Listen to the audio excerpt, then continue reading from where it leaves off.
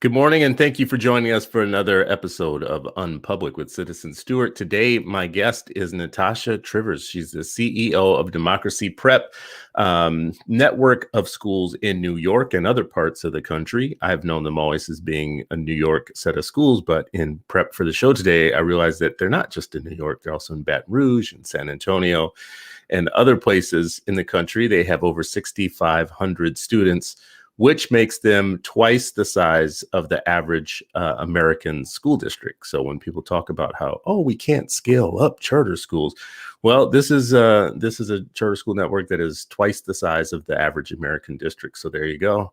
Natasha is the CEO of the network, but previous to that, she had also been a principal, an assistant principal, a superintendent, an overachiever, someone who just likes to do way too much with her time, and also she's a welcome addition to, I think, leadership of the charter school networks across the country, because we definitely need more people of color leading and running networks of schools, because that becomes our laboratory for figuring out what can be done for our kids. And I think people of color are very desirous of new opportunities, new hope, something different than what we've had for years. Natasha, welcome. Good morning. Thank you so much. Thank you for having me. And I'm going to go ahead and shout out Las Vegas and Camden, too, because I got to say all 5 regions right now. I want to get into So who else did you say now? Is that Camden, New Jersey? Yep. Camden, New Jersey and Las Vegas, Nevada. Okay. Wow. Okay. And you said Nevada. You didn't say Nevada. All right. Wow. I said Nevada my first week on the ground there. And the he was like, listen, New York. Nevada. I was like, all right. Okay. There are 3 places like this. Funny you mentioned it. 3 places like that. So Nevada and Nevada. If you go to Eugene, Oregon, there's 2 different ways of saying Eugene. Yeah, and I get it. I say it the wrong way every time I talk to anyone from there. And Spokane, Washington is the other place that I say wrong every single time. So yeah, but I'm committed to being wrong sometimes. How are you doing as an educator, as somebody who is leading in a very difficult time? How are you doing with your work at Democracy Prep? Yeah, thanks so much for having me, Chris. I am doing well, and I think our educators are doing well too. We are gearing up to relaunch hybrid in New York on Monday. And then we are launching hybrid for the first time in Las Vegas on the 15th, and the first time in Camden, New Jersey on the 15th as well. So we are, educators right now are being heroes, and we are working really, really hard to just make sure that we provide the best educational opportunities for our students and the best supports for our families right now. When the pandemic started about a year ago, everything was new and it was really disruptive. Yeah. And people were scrambling. Do you feel like you've kind of gotten out of the scrambling phase and some things are starting to work just like normal? Not like normal, but you know what I mean? Like, are you settled into what you're doing now? Yeah, I think we're really settled in, and I think we have learned so much in terms of being innovative with technology, of being nimble, responding quickly to the needs of teachers in the moment. Like what Pear Deck training do they need? What training about another platform? On the other hand, though, the virus just keeps throwing more like wrenches at us, right? So we were excited that educators were in Group 1B in New York several weeks ago for the vaccine. And then as people started to try to just get their vaccine appointment, it was all kinds of shenanigans and opaque processes of how this is going to happen. People would get an appointment and then it would be canceled. So we feel like in March, folks are having a much easier time now. There have been new sites opening up, especially in the Bronx and Mount Vernon, Yonkers, other areas where they were hard to come by. So we're on the right track, but I mean, it's never a dull moment.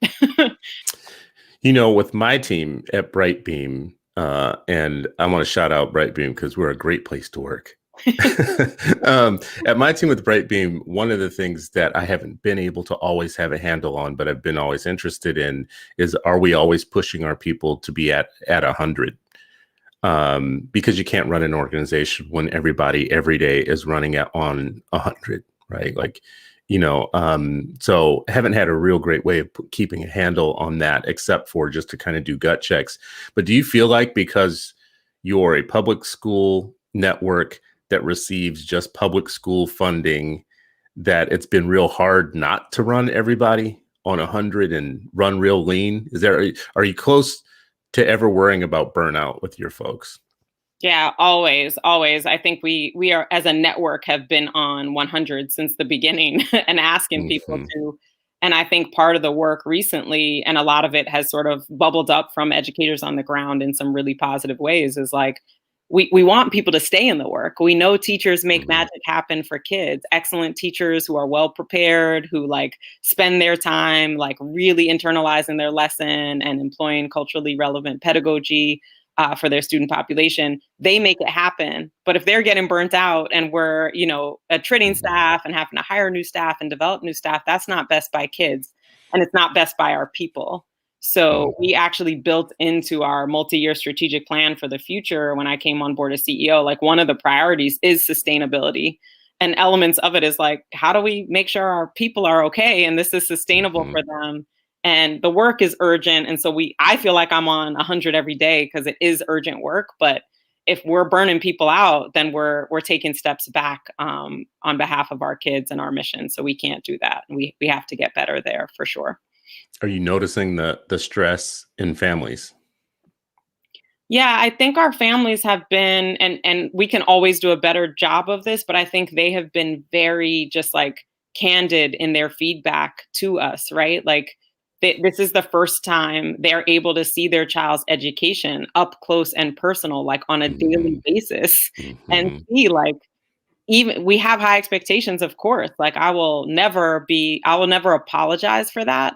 But at the same time, during a pandemic, we've had families reach out and say, I think this amount of homework is unreasonable, or I think, this specific expectation during class time when I'm juggling three different kids joining remotely right now in the same house is just not reasonable. And I'm so grateful that our families have given us that candid feedback in town halls, in one-on-one sessions, et cetera. So I think they're definitely feeling the stress and the strain, but I hope they feel like they have an Hmm. open mind to tell us though, and to push us to be better. I wonder about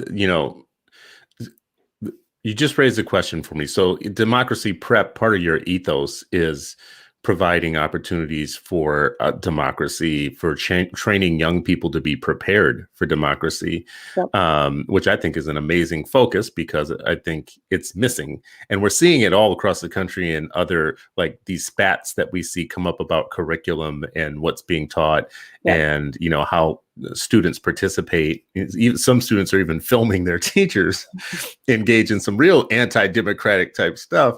So Yep. it's cool to see a school like yours and a network like yours where democracy is front center.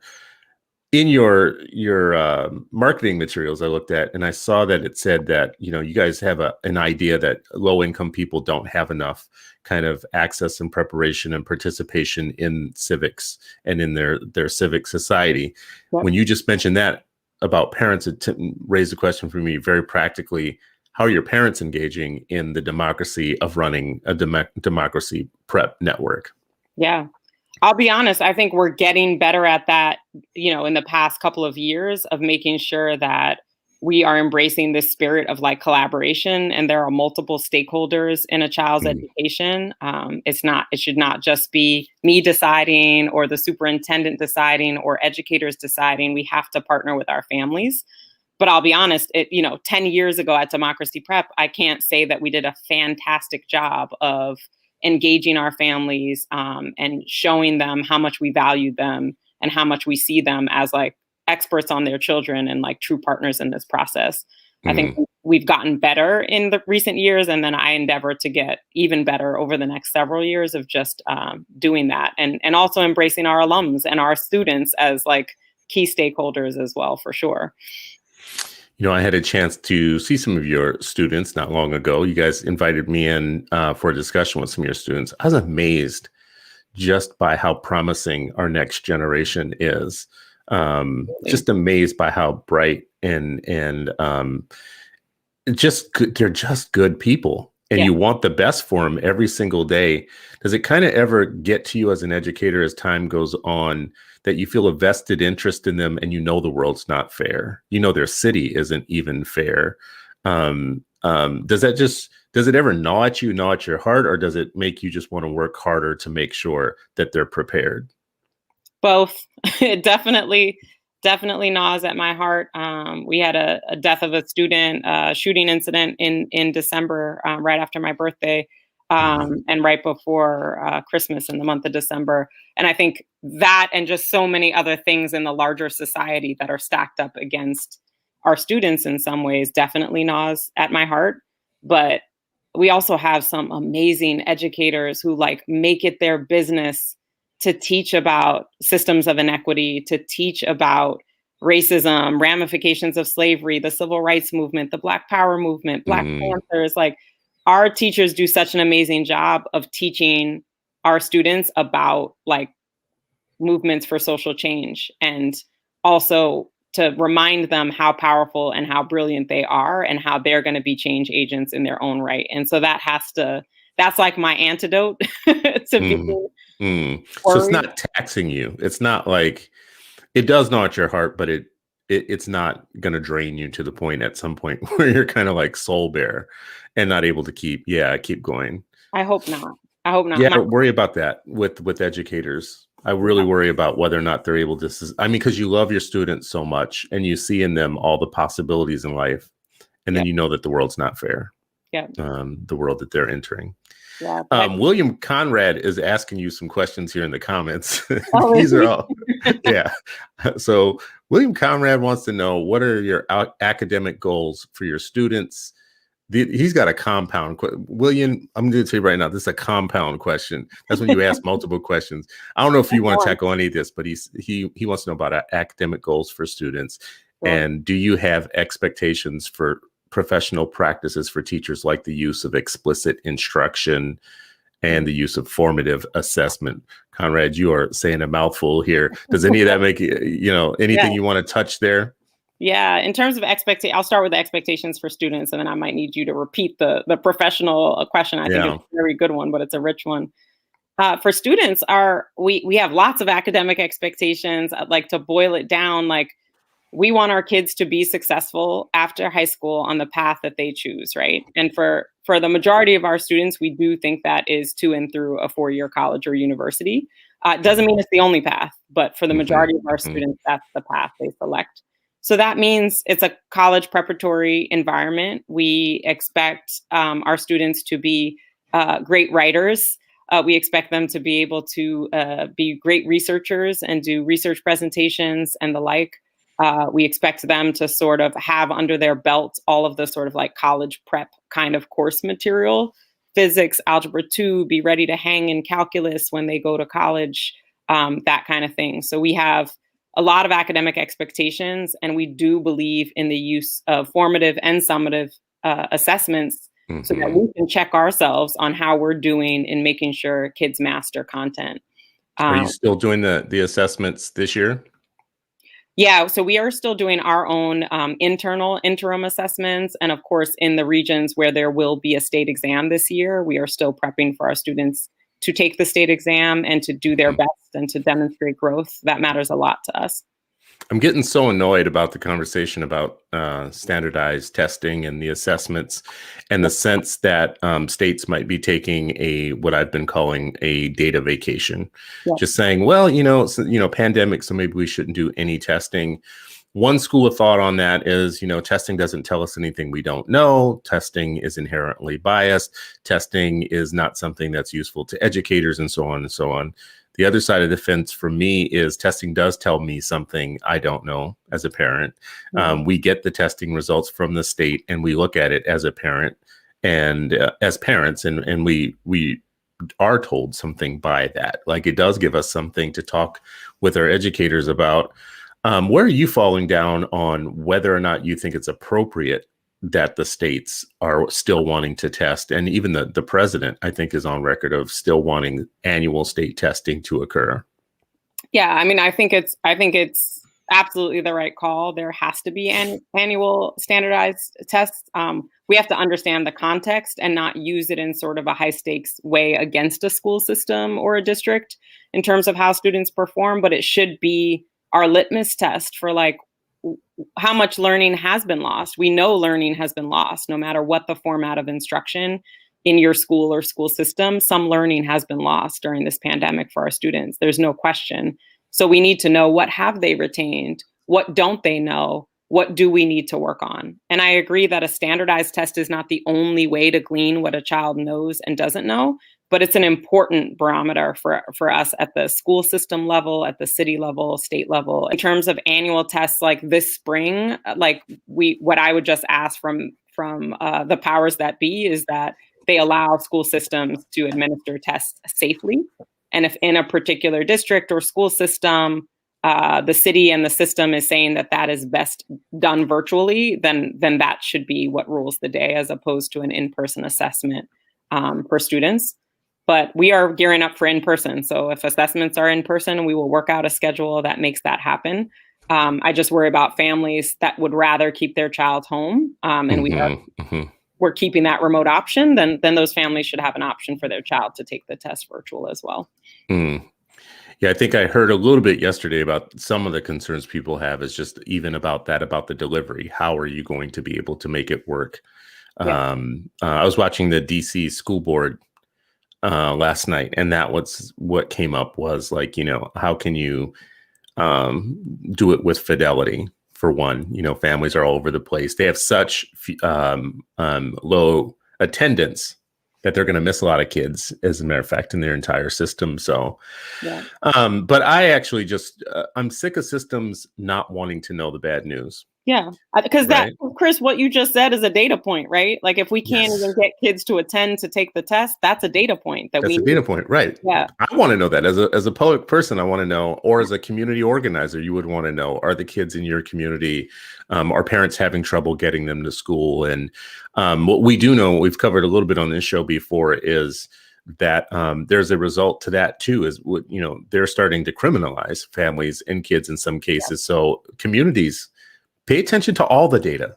Want all the data. It's like going to the doctor and saying, okay, listen, bruh, don't tell me nothing about the blood pressure. So I'm not going to take that test. I don't want to know because I'm having a real bad time right now. I feel like my blood pressure is high.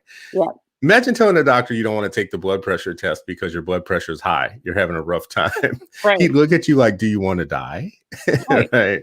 It makes no sense. The other analogy I've heard is just like, are standardized tests the root of evil? Well, let's talk about driving. Like we all rely on a standardized test for people to prove that to be on the road, right? They should be driving. So to just have these sort of,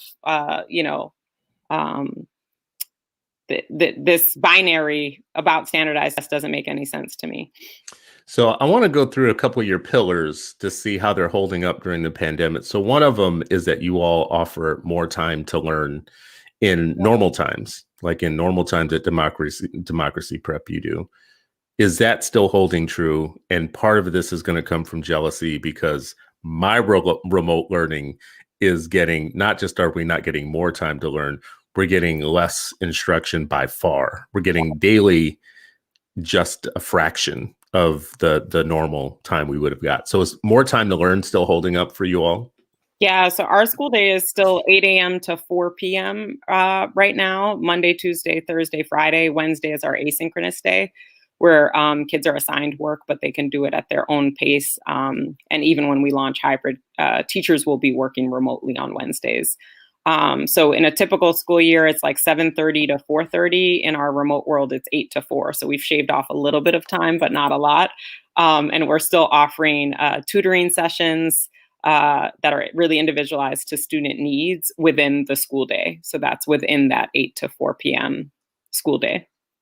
Wow. So if there were, for instance, somebody in Minnesota that wanted to enroll in Democracy Prep, since you guys are remote, how does that work?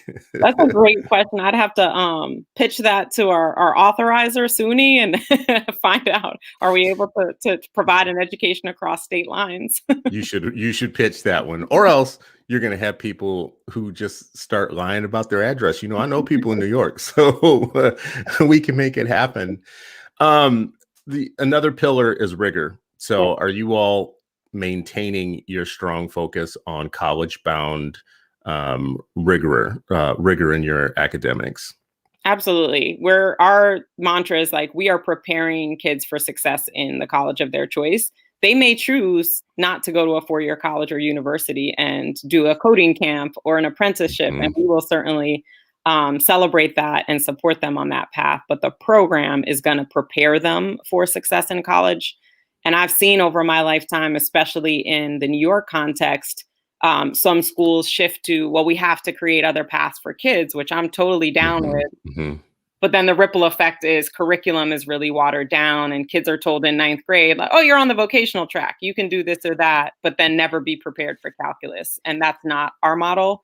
We will mhm. prepare every kid to be able to persist through college, whether it's their choice at the end or not. Yeah, you know, it seems like the college or bust part of the charter school movement has been under fire a lot for Yeah, missing things like CTE and community college, of which those are a lot more rigorous now. I don't know if people know this, but like if you absolutely. want to become an auto mechanic these days, you're not going to be an illiterate auto mechanic, that's for sure. It Yeah, requires more skills than it ever did before. But you absolutely. guys are like, listen, that should be your choice. It shouldn't be your only option. Yeah, and I'd say probably 10% of our graduates each year go to a community college. Some of them Mm, then move on to a four-year college or university, and some of them don't. Right now, my son, who's a Democracy Prep alum, he went to Morehouse for his freshman year, and he's taking a gap year now and enrolling at Westchester Community College and working. And that you're right, Chris. Like there are rigorous programs in community colleges across the country, and a lot of licensing programs and things that are going to give young people a foot in the door into industries they want to be in, and they still may pivot back to a four-year college or university after that. So we prepare them for four-year college or university, but mhm. we certainly celebrate other paths as well. There's a question here from Joshua Israel Stewart, who I happen to know, who asks, is Democracy Prep one of those schools that stays involved with alums who get to college? And do they provide help with students with dealing with things like financials and making sure that they get to graduation? Yeah, Josh, thank you for that question. We do. We have an alumni captain program where basically a current Democracy Prep alum who's enrolled in a college across the country is a captain, and they call, text, email their kind of cohort of other alums that are in college. They check Mm. in with them about grades, they check in with them about social emotional stuff. How are you doing? What classes are a struggle? And I'll tell you, it is a lot better than me reaching out or our VP of College Success reaching out. We're the old people. They don't want to hear from us. They don't want to share their transcript with me, but Yeah. here they're definitely supportive. And then we have a micro grant program too for funding as well. What are some of the learnings that you have out of that, out of being in touch with the students that are in college now? What have you Yeah. learned about what they're going through? I'd be interested to know, like, what are some of the recurring key things that you see that they experience? Yeah, it's really interesting. So, like pre-pandemic, what we would learn from alums in surveys and through the alumni captain outreach is like, y'all prepare us really well for humanities courses. Like we can write a paper, 5 to 7 pages, cite research, fantastic. In STEM courses, even though they feel like they know the content, they Hmm. feel like you guys didn't prepare us to use a traditional textbook. So then we get to Hmm. college and we're asked to read 7 chapters on our own, and we're like, what? Because our teachers use a lot of like interactive stuff online or their own packets that are sequenced the way they want it. And so that was a really good learning for us to say, we still stick by our curriculum and our modality, but like Hmm. we got to show them a textbook every once in a while. So y'all don't use textbooks? Is And that what you're most saying? in most of our STEM courses, we haven't. We use a Hmm. lot of technology, and our teachers get really into the right way to like push inquiry at the beginning and then go back to more direct instruction, then release kids again to work in collaborative groups. So we feel like the model is good, but the only courses traditionally we've used textbooks in is like our history courses, our AP US history course. But we're shifting some of that and adopting some textbooks now for calculus and for other courses to prepare kids better for college. For people who are listening, I want to point out that this is one of those things that when we talk about the charter school advantage in some ways, the ability to pivot on things that you've learned, to say things like, well, we're going to use it more textbooks or not use them because we've learned something important, is something that not all school districts, you can't turn a big institution on a dime oftentimes. And as someone who has watched curriculum adoption processes in districts, it involves a lot of people, sometimes a lot of work. And sometimes it's just easier to keep doing what you've been doing all along, to not do that, to not upset the balance. So it's good to know that you guys are able to turn. Do you have a feedback loop with those colleges where your students are going, where on an ongoing basis you're able to communicate to them kind of how your students are experiencing the colleges? Or is it just like they go to many different colleges and you don't have a feedback loop with all the colleges? I don't think we have robust ones with all of them, but we've done a really good job to have those feedback loops at schools, with schools where our students have matriculated over the past several years. And we have a small but mighty network college team. There are only 3 of them at the network office. So they are major advocates and like hustlers on behalf of our kids. They make sure that all of our kids' brilliance is able to shine on the page. And so I feel like they do a lot of good work with colleges on the front end before kids match to them. And then also when a new class is coming in, they can also get that feedback on how is last year's cohort doing? What are, here are some of the things they're sharing with us about your institution. And can you share with us some things that you're seeing in our cohort of DP kids, what they're really successful at, maybe some places that they're struggling. So I think there is a group of colleges, probably like 20 to 25 colleges that we have really close relationships with. Yeah. That's a lot. Yeah. And you have a team of 3 people, just 3 people working on that? Yeah. Well, we have college counselors at the school level. So in each of our 7 high schools, there's teams of 2 or 3. But at our network office, it's only 3. We're hiring 1 more. It's pandemic life. I can't hire that many staff, but it's a small but mighty team for sure. So Mama Toya, who's one of the 3 woke aunties from the 3 woke aunties podcast, is watching, and she asks, how are you all preparing students socially and emotionally? Great question. And I'm assuming that means like since the pandemic started. So I'll talk about that, but then also go pre-pandemic. We are doing as many touch points as we can with students and families right now via Zoom until we relaunch hybrid.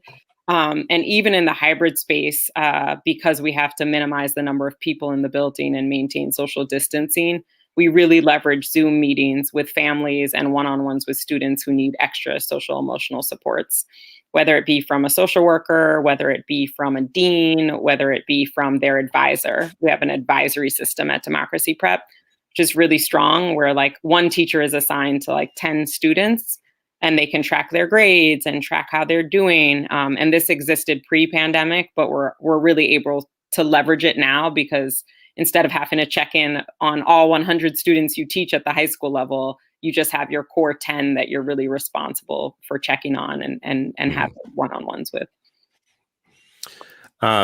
Another one of your pillars is culture. And this is the thing that everybody has always said you have to get right. Like if you don't get culture right, the rest of your school is just garbage, right? I don't think we as lay people who don't work like you do every day in schools know what that means necessarily. But I do know you feel it when you visit a school. I visited Democracy Prep. I don't know what year it was. But in the last 13 years, I've visited lots of schools of every different kind, from hippie schools to district schools to, commune schools, and just I could tell you some stories about some super experimental schools. You feel a culture in almost all of those forms, and it's sometimes it's a positive culture, sometimes it's not. But how does culture translate, though, when you spend so much time working on it in person and then you shift to what you just said, Zoom meetings. And how does that work? How do you transfer culture to virtual? It doesn't make sense to me. Yeah, it's hard, but we also have magician teachers, so they're able to make it work. I think a cornerstone of our culture at Democracy Prep has always been like every child is an achiever, right? Like every single child that comes through these doors, like the message they're receiving is like, you will achieve. College Mhm, is for mhm, you. You can get to mhm, college and it is for you. And so I think that has always been true. What we have tried to do during the pandemic is replicate as much as possible our rituals and the way we build community mm, in the virtual space. So, for example, we still do town halls every week, K through 12, where kids are coming together in a Zoom community. They're celebrating something. They can talk about an issue that they're thinking about.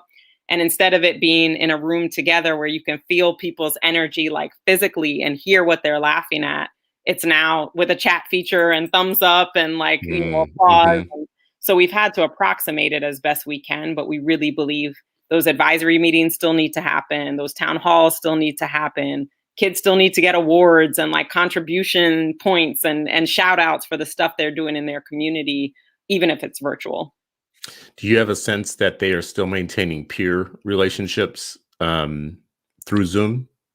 I think it's been really hard. I'll admit it, and I think this we've heard this from our college students, our first year college students, or students who are taking a gap year.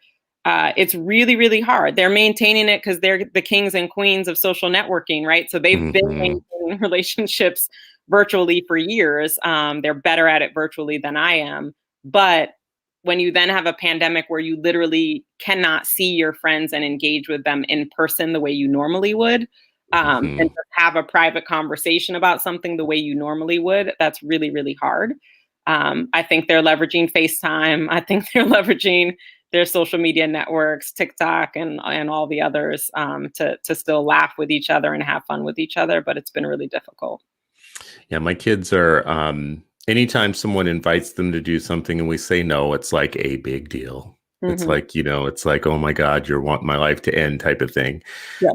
We don't play that mess very much, but we allow more leeway than I would have gotten as a kid to talk back on those things. Yep. Same. But we're worried about the screen time thing. We really worried about how much, so we've had to, as parents, all of us have had to be more flexible about things we normally wouldn't allow.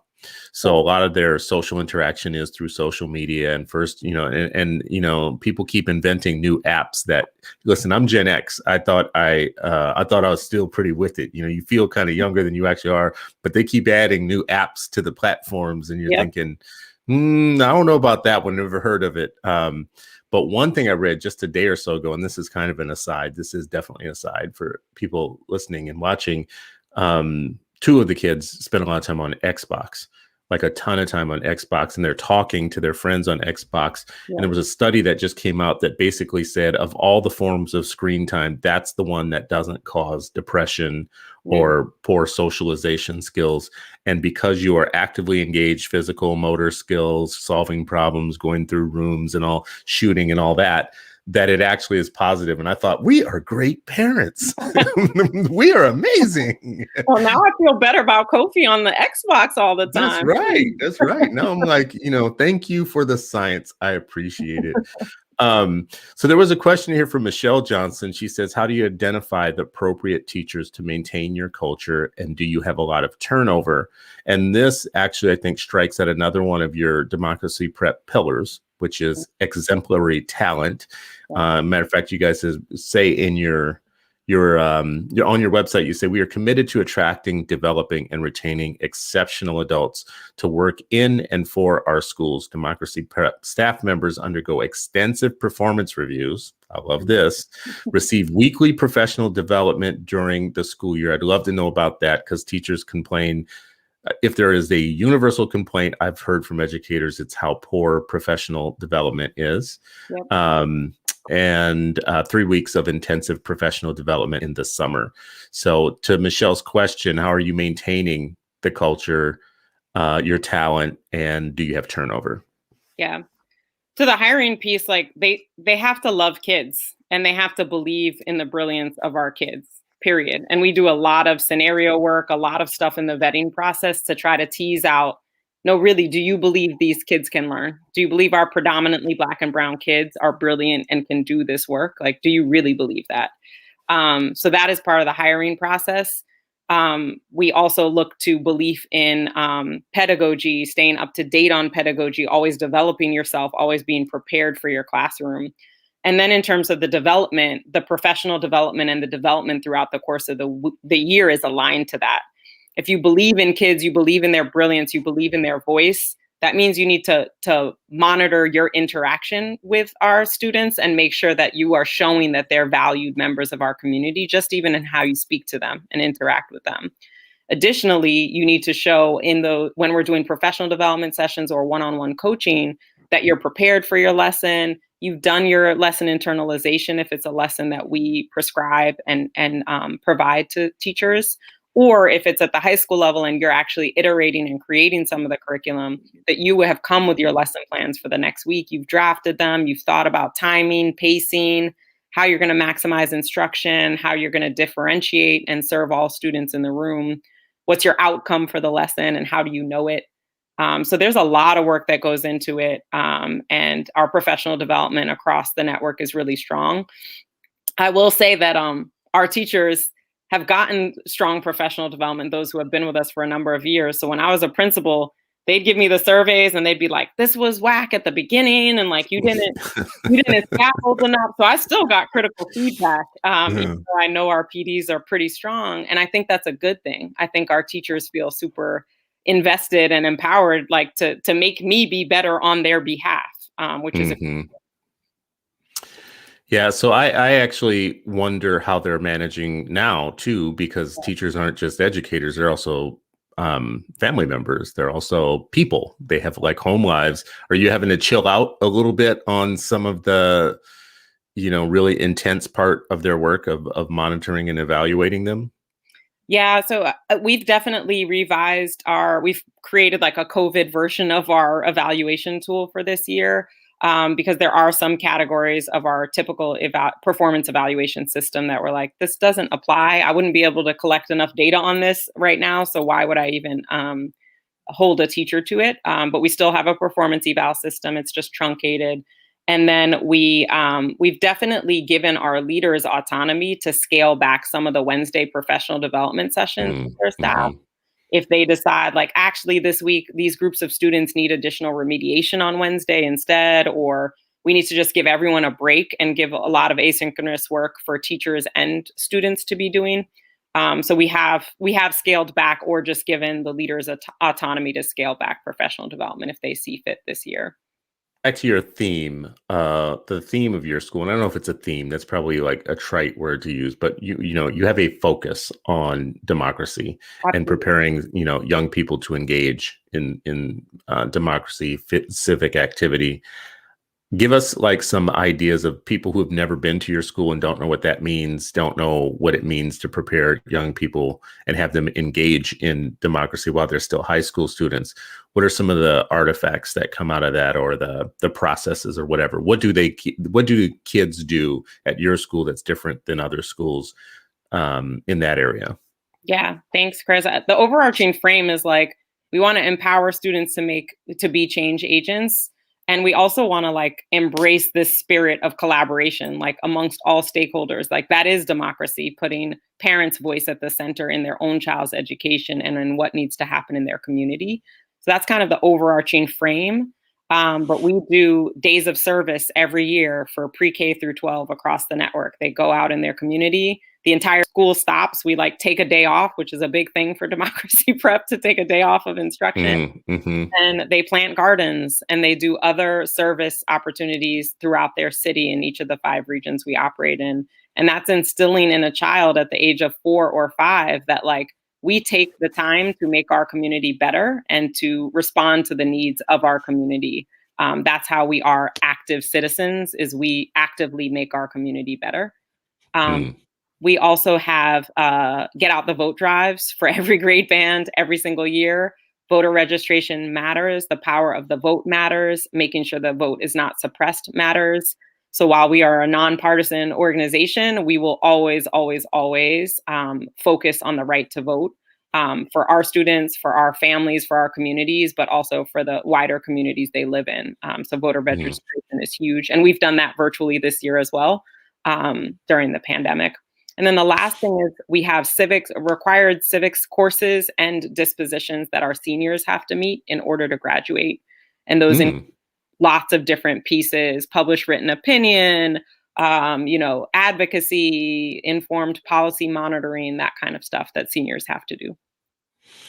I love that part. And I would love to, see at some point, like you be able to say like, Senator so-and-so came out of Democracy Prep. Maybe you already can, but, just to be able to say like, Congressman so-and-so or, the mayor came out of Democracy Prep.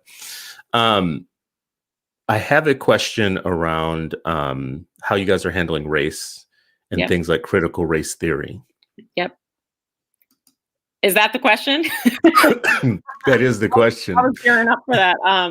So look, we put a real stake in the ground around anti-racism at Democracy Prep. We believe deeply that systemic racism is still a problem in this country. Spoiler alert, systemic racism exists and is a major problem in our country. And as an educational institution, we need to take a strong stand on that. And be clear with all stakeholders that we are going to actively be a race equity driven organization moving forward. And so that means that we have had discussions with staff, with alums, with our students, with our families about what that means. We've done a lot of co-creation with different working groups spanning different stakeholder groups to put that firm stake in the ground and to make sure it's not Natasha Trivers saying what race equity looks like at Democracy Prep for the next 10 years, but it's really being co-created with our people. If it was just you, Natasha, it wouldn't be democratic at all. Just so you know. Exactly. But you've heard of, I'm sure, that there's another charter school network that isn't yours that has really taken on racial equity work internally to get out of this kind of cold world, ice age of chartering, where it was just really about no excuses, work hard, nose to the grindstone, stand in line, put your finger over your mouth and your lip, call to attention, track, slant. It's like tap dancing in some way, shape, or form. Like there's too many to go through all of them. But there was a sense that maybe in a lot of communities that was going to become toxic as a key feature of your school if you didn't do some work around race and equity and listen to communities. But when another charter school network took on that work, they were criticized internally from charter school supporters who thought that they were dropping the mission. Have you sidestepped that type of critique, or do you face critique also when you want to address race as a core part of how you guys function? Yeah, no, I think we've definitely faced that critique, and I think we've heard in different domains sort of the argument that well, if we're focusing on the race equity stuff, is that like a watering down of academics, or is that a watering down of rigor? And I think that's so ridiculous, right? Like if we're teaching our students to be critical thinkers, to be agents in this democracy, to stand up against inequity, to be honest about systemic racism and the ramifications of slavery in this country, all of our students of every racial background, if we're teaching them those things, they're more informed citizens, and they're actually going to be more engaged in their education because we are talking about stuff that they care about and they're reading about and they want to know about. So not only are we then nurturing more academically inclined and academically engaged students, but we're also nurturing more civically engaged students. So it doesn't detract from academics or from our mission about to and through college. It only enhances it. Yeah. Can I ask you some tough questions now? I feel like I've given you some softballs here. Let's ask you some tough questions, Natasha.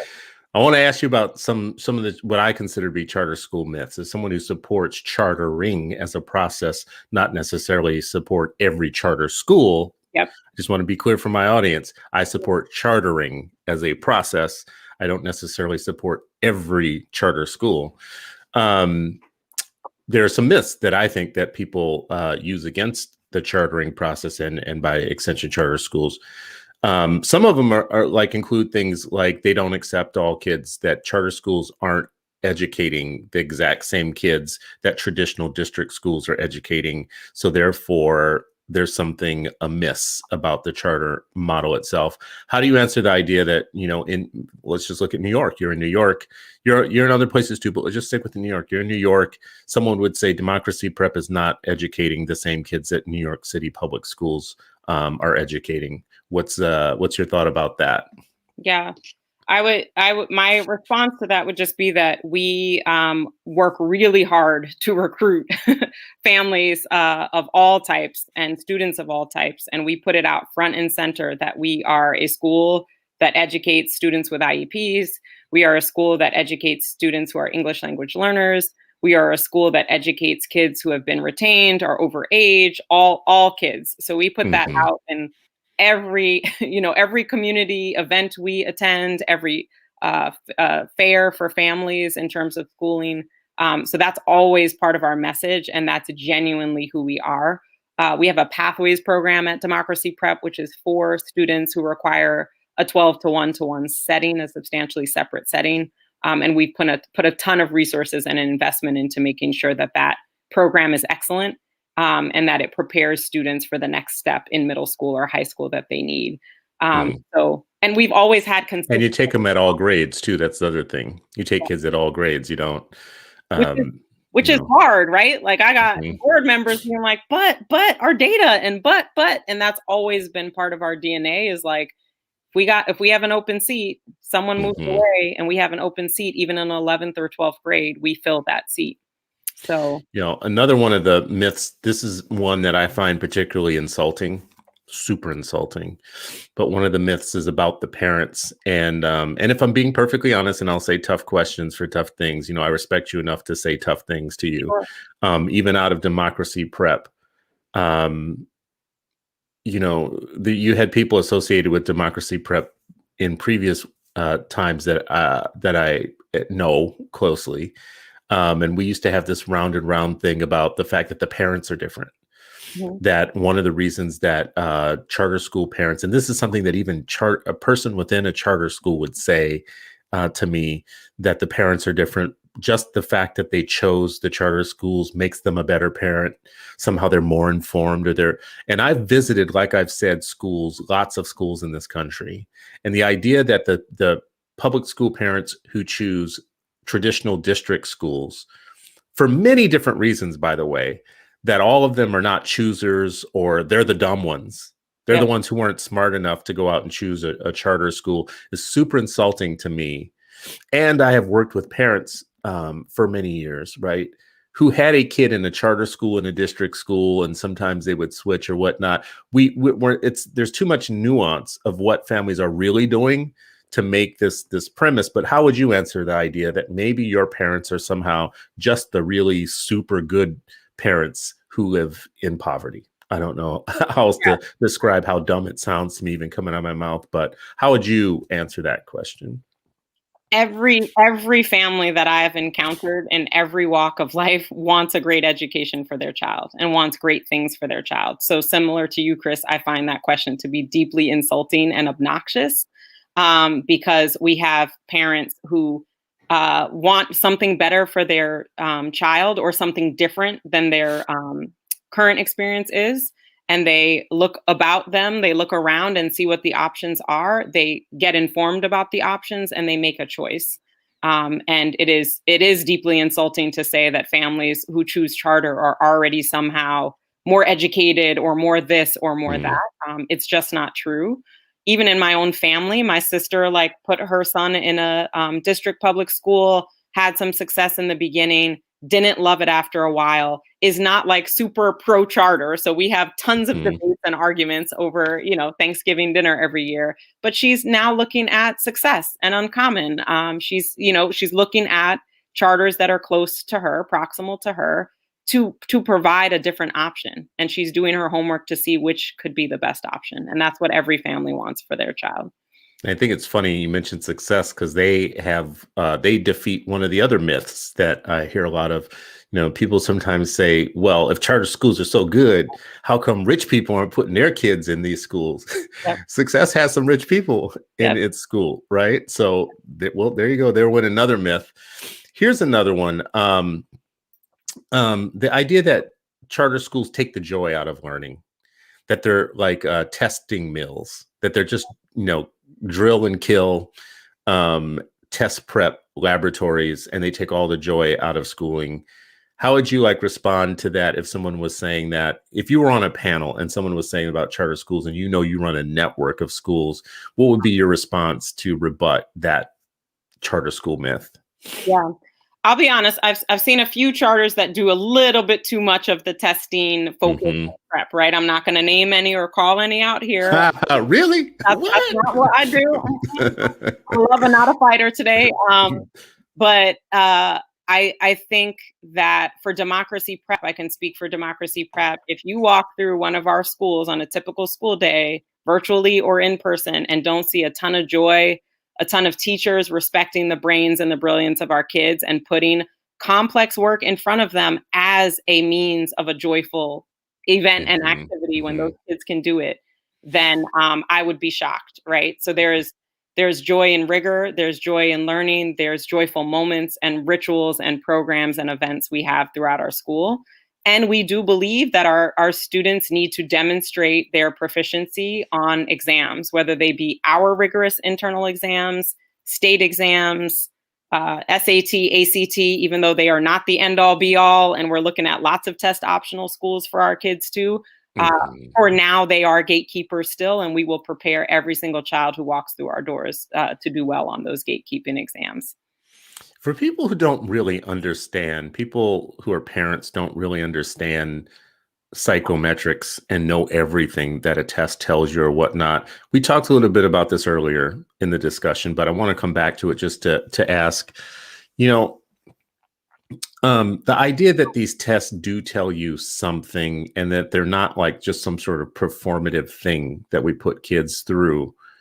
What's the real educator understanding of preparing kids to take the test? Is it preparing them just to do well on the test so you're teaching some tricks? Or is it that you're actually preparing them by teaching them so they understand content so that when they take a test, they can demonstrate it? How should we as lay people on the outside of schools really understand the way that you all as educators see value? Or I want to step away from the folks who don't see value, but how do you all see value in them? Yeah, that's such a great question, Chris. I would say 95% of our strategy is teaching the content and the critical thinking that we believe is rigorous curriculum that is worthy of our students. And then they're going to do well on the test. I do think there's 5% that's we do want to teach our kids getting ready for an SAT that this is how the test writers think. This is how they're creating that distractor. They're creating a distractor to try to distract you, to make you pick it. This is how you can analyze that and kind of know that and not fall prey to that. So I do think that that is worthwhile too, for 5% of the time, to build that into an explicit SAT prep course, which we offer for free to all of our juniors. That's part of it, is teaching those test taking techniques, but it's a very small percentage of how we're spending our time. I was about to say, if it was just so easy to test prep kids and teach them tricks, then every school district would do it. Yeah. Right. If you had a perennially low scoring school, you would just say, hey, let me get this magic voodoo. It's called test prep. If we just put the test prep spell on them, they'll pass all these. I look at our state test as a parent in Minnesota. They put samples out and I go and look at them to see if they update them or change them, because I feel a little bit, as somebody talks about this work all the time, a little bit disconnected from how schools are using that and everything. And every time I look at them and I read them, I'm like, I don't understand how reading this passage and being asked to comprehend certain parts of it is something that you can test preppy your way through necessarily, right? There's some of the stuff you can't just trick yourself through. You have to have been taught, at some point. Absolutely. And I Yeah. think there's a worthwhile argument to be made that if you're spending too much time, if you're stopping school regular instruction in March and then doing 2 months or Mm, 3 months of test prep, that even though you can't game the system, still kids are still practicing passages and they're practicing reading comprehension. That you're still kind of sucking the joy out of school a little bit, and yeah. also potentially making kids too focused on this one standardized test as opposed to like love life and love learning and like show what you know, like that more kind of authentic way. I do think there's a worthy argument to be made for like not doing the 2 or 3 months of test prep. But I agree with you, Chris, that just by putting these exams in front of our kids and expecting them to show their best, that's not somehow trickery. That is just putting Well, them and let's be real. There are some more advantaged kids. We never talk about the test prep that they get. right. Like, they're getting high scores, but we never talk about the fact that, they are also being prepared to take those tests. Yep. And some of them are paying for that preparation Yep. for those tests. So if we're getting it for free, it's not a punishment. It's actually a service if you're getting it for free. Totally. As we wrap, I just want to ask you a couple of quick questions around like, your status, in the work that you do. Do you feel like you get as a woman of color leading in this field that oftentimes is not the most progressive? Do you feel that like you're given all your roses? You feel like you're given all the accolades that you should get, all the support that you should have, all the belief in your leadership that you should have? Chris with the hard questions with 4 minutes to go. I I don't feel like I should get all the roses that I should. Definitely not from potential funders and other powers that be, other people who deem certain charter networks good and others as Mhm. But I think I get it in powerful ways from people that matter. I get it from the citizen stewards of the world. I get it from Absolutely. our students, our alums, our educators who are so excited about the fact that multiple voices are at the table now at Democracy Prep, shaping the future for our kids who are quite brilliant and are deserving of all of our time. So, Yeah, that was diplomatic. That was sweet and diplomatic, and it is towards the end of the show to talk about it. But I will say this: the field has to do better. Education is a field. Chartering is a field, and each field has a system of rules and funding options and ways that people move in the field. If we want more people of color and women of color and educated people to come into the field, and by the way, a field that gets not just a little bit of criticism for not being in touch with our communities, yep. we have to stop being silent about it when we have some of the same problems that nonprofits had maybe 20, 30 years ago, where the leadership was usually white and the people of color were really the face of things or going out and doing things. So it's not to put you on the spot, but it's to say, I'm sure that you are adjacent to someone who is watching you or who's in proximity to you, who might want to be you one day. Yep.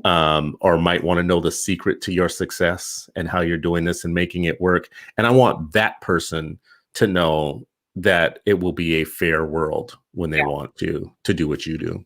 Yeah. And I think to that point, Chris, there's a lot of work to be done to make sure that that's true.